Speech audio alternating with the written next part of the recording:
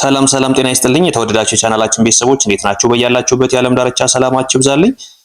የዚህ ቻናል አዲስ የሆናችሁ ሰብስክራይብ በማድረግ ጀምሩ። ነባር ቤተሰቦቻችን ደግሞ ላይክ እና ሼር እያደረጋችሁ አማርኛን ከመሰረቱ ማንበብና መጻፍ ለሚቸገሩ ሁሉ ታዳርሱልኝ ዘንድ ከወዲሁ አሳስባለሁ። ዛሬ ደግሞ ለየት ባለ ሁኔታ ተገናኝተናል። በተለይ የብዙዎች ችግር የሆኑ ፊደላትን መለየት። ይህ ማለት ፊደሎች የተለያዩ ቅርጽ ኑሯቸው ነገር ግን ድምጻቸው ተመሳሳይ የሚመስሉ ነገር ግን ድምጻቸውም ተመሳሳይ ያልሆነ ማለት ነው። ተመሳሳይ የሚመስሉ ግን ያልሆነ ብዙ ልጆች ግን ተመሳሳይ አድርጎ የሚጠሯቸው ለምሳሌ ሃን ከአ፣ ተን ከጠ፣ ጰን ከጸ እንዲሁም ደግሞ ጸን ከጠ፣ ኘን ከቸ፣ ነን ከየ ሌሎችንም አንድ አይነት አድርጎ የመጥራት ድምጽና በተለይ በድምጽ ደረጃ ሲመጡ ለምሳሌ አንድን ቃል ጻፉ ብለን ስንሰጣችሁ ያንን ቃል ለመጻፍ ሁለት ፊደሎችን በማመሳሰል ሃን ወይም አን በማመሳሰል ተን ወይም ጠን በማመሳሰል ቸን ወይም ጨን በማመሳሰል የሚጠቀሙ ብዙ ልጆች አሉ። ስለዚህ ይህንን ለመቅረፍ ዛሬ ለየት ባለ ሁኔታ ነው ይዤላችሁ የመጣሁት። እያንዳንዳቸውን አብረን እናያለን። ድምጻቸው ምንድነው ልዩነቱ? ቅርጻቸው የተለያየ ቢሆን ድምጻቸው እንዴት ነው መለየት የምንችለው የሚለውን አብረን እናያለን። እስከ መጨረሻው አብራችሁ ይቆይ። ከዚህ ጋር እንደምታዩት የመጀመሪያው ሀ ነው አይደል የሚለው ሀ። ይሄኛው ደግሞ አ ነው። የሁለቱ ልዩነት ምንድነው ነው? አሁን የሃና የአ ልዩነት ሀ ካልነ ሀ ስንል እጃችሁን ፊት ለፊት ብታደርጉት ሀ ስንል ድምጽ አለው። ያ ማለት አየር ወይም ንፋስ አለው ማለት ነው። አ ስንል ግን ምንም አይነት ድምጽ የለውም። አ ስንል ግን ምንም አይነት ንፋስ የለውም ወይም አየር የለውም። ባዶ ቀጭን ድምጽ ነው የሚሆነው። አ ስንል ምንም አይነት ንፋስ የለውም ማለት ነው። ሀ ስንል ግን ምንድነው ያለው? ንፋስ አለው። እጃችሁ ላይ ሀ ስትሉና አ ስትሉ ብታዩት ሁለቱ የተለያዩ ናቸው። ሀ ስንል አየር አለው ወይም ንፋስ አለው። አ ስንል ግን ምንም አይነት አየር የለውም ማለት ነው። ልዩነቱ ይሄ ነው። ስለዚህ የመጀመሪያውን ሀ ካልነ ሁለተኛው ሁ፣ ሂ፣ ሃ፣ ሄ፣ ህ፣ ሆ። ይችኛዋ ደግሞ ማነች? ኋ።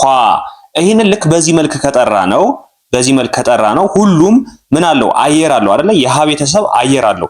የአ ቤተሰብ ከሆነ ግን ደረቅ ነው፣ ምንም አየር የለውም። ስለዚህ የመጀመሪያው ሂ አ ነው የምንለው፣ ሁለተኛው ኡ ነው የምንለው፣ ሶስተኛ ኢ፣ አራተኛ አ፣ አምስተኛ ኤ፣ ስድስተኛ እ፣ ሰባተኛ ኦ።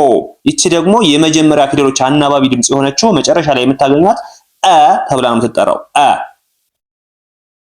ተብላ ትጠራለች። ስለዚህ የሃና የአ ልዩነት ይሄን ይመስላል። የሃና የአ ልዩነት ሃ ካልነ ንፋስ አለው ወይም አየር አለው። አ ካልነ ግን ደረቅ ነው፣ ምንም ነገር የለውም። ስለዚህ ሁለቱ ልዩነታቸው ይሄን ይመስላል። ሁለተኛው ጠና ተ፣ ተና ጠ።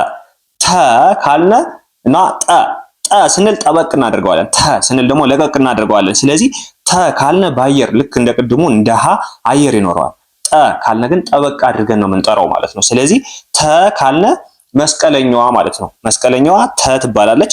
ሶስት እግር ያላት ደግሞ ጠ ትባላለች። የእነዚህን የሁለቱን ፊደልም ልዩነታቸውን በደንብ ያዙ። ስለዚህ የመጀመሪያው ተ ካልነ ሁለተኛ ቱ፣ ሶስተኛ ቲ፣ አራተኛ ታ፣ አምስተኛ ቴ፣ ስድስተኛ ት፣ ሰባተኛ ቶ፣ ስምንተኛ ቷ ብለን እንጠራዋለን። ይሄ ማለት ነው የተ ፊደል ወይም መስቀለኛው ማለት ነው። ሁለተኛው ከተ ጋር ሊመሳሰል ይችላል ተብሎ የሚታሰበው ፊደል ጠ ነው።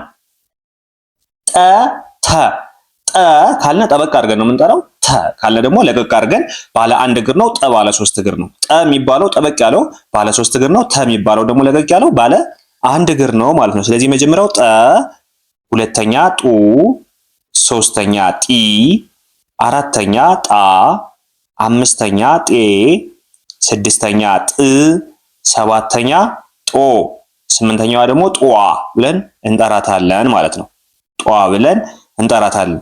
ከዚህ ቀጥሎ የምናገኘውም አሁን ጠ እና ፐ፣ ነ እና የ እንዲሁም ኘና ቸ እንዲሁም ጠና ጨና ቸ እነዚህ ልዩነታቸው ምንድን ነው የሚለውንም አብረን እናያለን። አሁን እዚህ ጋር የምታዩት ደግሞ የመጀመሪያው ጰ አለ፣ ይሄኛው ደግሞ ፐ አለ። የእነዚህ የሁለቱ ፊደል ልዩነትም ልክ ቅድም እንዳየናቸው ነው። ጰ ስንል ጠበቅ አድርገን በከንፈራችን ነው የምንጠራው። በሁለቱ ከንፈር የላይኛውና የታችኛውን ከንፈር ጠበቅ በማድረግ የምንጠራው ጰ እንለዋለን። ሁለተኛው ደግሞ ፐ ለቀቅ አድርገን በአየር ወይም በንፋስ ነው የምንጠራው። ስለዚህ ጰ ካልነ ባለ ሁለት እግሯ ጠበቅ አድርገን የምንጠራት ናት። ጰ ካልነ ማለት ነው።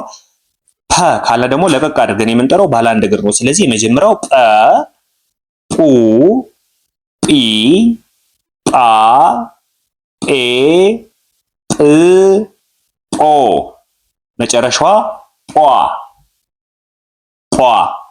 ከዚህ በመቀጠል የምናገኘው ፐ ፊደል ነው። ጰ እና ፐ ልዩነታቸውን እያየን ነው አሁን። ስለዚህ የመጀመሪያው ፐ ነው የምንለው ፐ፣ ይኸው ፐ። ከዛ ሁለተኛ ፑ፣ ፒ፣ ፓ፣ ፔ፣ ፕ፣ ፖ መጨረሻዋ ፖ። ስለዚህ የጰና የፐ ልዩነት ይህን ይመስላል። ጰ ካልነ ጠበቅ አድርገን ነው የምንጠራው፣ ባለ ሁለት እግር ነው። ፐ ካልን ደግሞ ለቀቅ አድርገን የምንጠራው ባለ አንድ እግር ፊደል ነው። ሌላው አንዳንድ ልጆች ደግሞ ነን ጻፉ ስትሏቸው የን ይጽፋሉ፣ የን ጻፉ ስትሏቸው ደግሞ ነን ይጽፋሉ። የእነዚህ የሁለቱ ፊደሎች ልዩነት ደግሞ ነ ካልነ ቋሚ፣ አግዳሚ፣ ቋሚ። ያ ማለት እንደዚህ ነው የምንጽፋት፣ ቋሚ፣ አግዳሚ፣ ቋሚ። ይቺ ማነች? ነ ፊደል ነች። ነ ከተባላችሁ እንዴት ነው የምንጽፋት? ልክ እንደዚህ ካናቷ ላይ ቀለበት ያላት ፊደል ማለት ነው፣ ቀለበት። ስለዚህ ይችኛዋ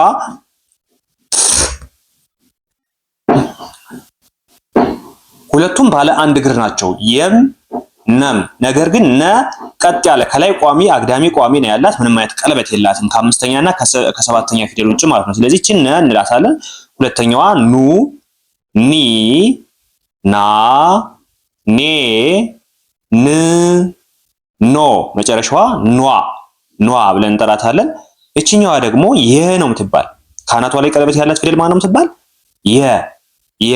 ሁለተኛ ዩ፣ ሶስተኛ ይ፣ አራተኛ ያ፣ አምስተኛ የ፣ ስድስተኛ ይ፣ ሰባተኛ ዮ ብለን እንጠራዋለን ማለት ነው። ዮ፣ ዮ። ከዚህ በተጨማሪ ደግሞ ሌሎችም አሉ እነ ጨና ቸ፣ ጨ፣ ቸ። እንዲሁም ፈና ቨ፣ ፈና ቨ የሚመሳሰሉባችሁ ካላችሁ ማለት ነው። ፈ፣ ቨ። ቨ ካልነ ባለ ሁለት እግር ነው። በላይኛው ጥርስና በታችኛው ከንፈር ነው የሚጠራው፣ ቨ ብለን የምንጠራው ማለት ነው። ፈ ካላችሁ ደግሞ በጥርስና በከንፈር መካከል ንክኪ ሳይፈጠር ፈ በአየር ላይ የሚፈጠር ድምፅ ፈ ይባላል።